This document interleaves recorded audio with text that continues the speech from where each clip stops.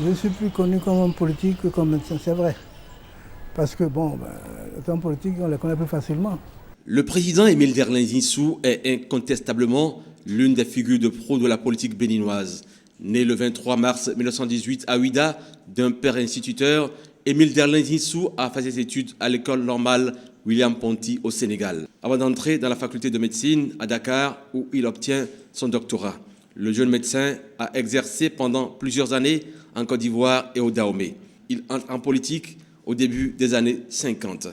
Membre du syndicat des médecins et pharmaciens africains de l'AOF, Émile Derlin Zissou, alors conseil de l'Union française, conduit sans succès la liste de l'Union progressiste dahoméenne aux élections législatives du 17 juin 1951.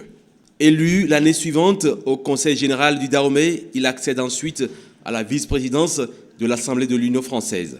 Candidat des indépendants d'outre-mer aux élections du 19 juin 1955 pour le Conseil de la République, il est élu sénateur du Dahomey sous la 4e République, mandat qu'il exerça jusqu'au 15 juillet 1959.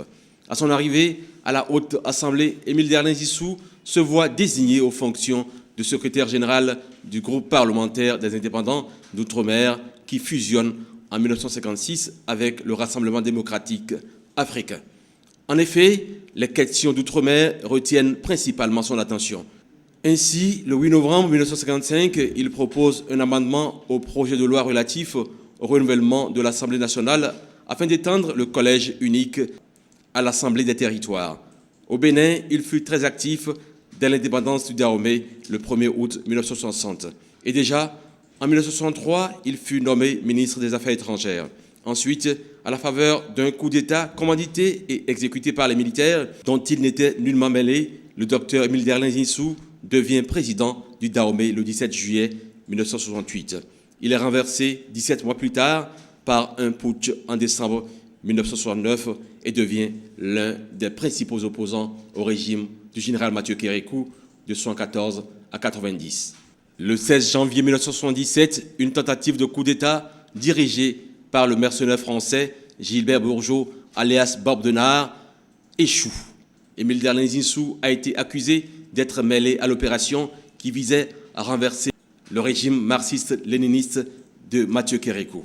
Émile Derlin Zissou a toujours nié toute participation à cette opération. Après la conférence nationale des forces vives de la nation de février 1990, à laquelle il a participé activement, Émile Derlin Zissou a été avec les présidents Hubert Koutoukoumaga, Justin Tometi Aromadegbe et Kongakou Taïrou, membres du Haut Conseil de la République HCR, fondé le 9 mars 1990 et présidé par Monseigneur Isidore de Souza.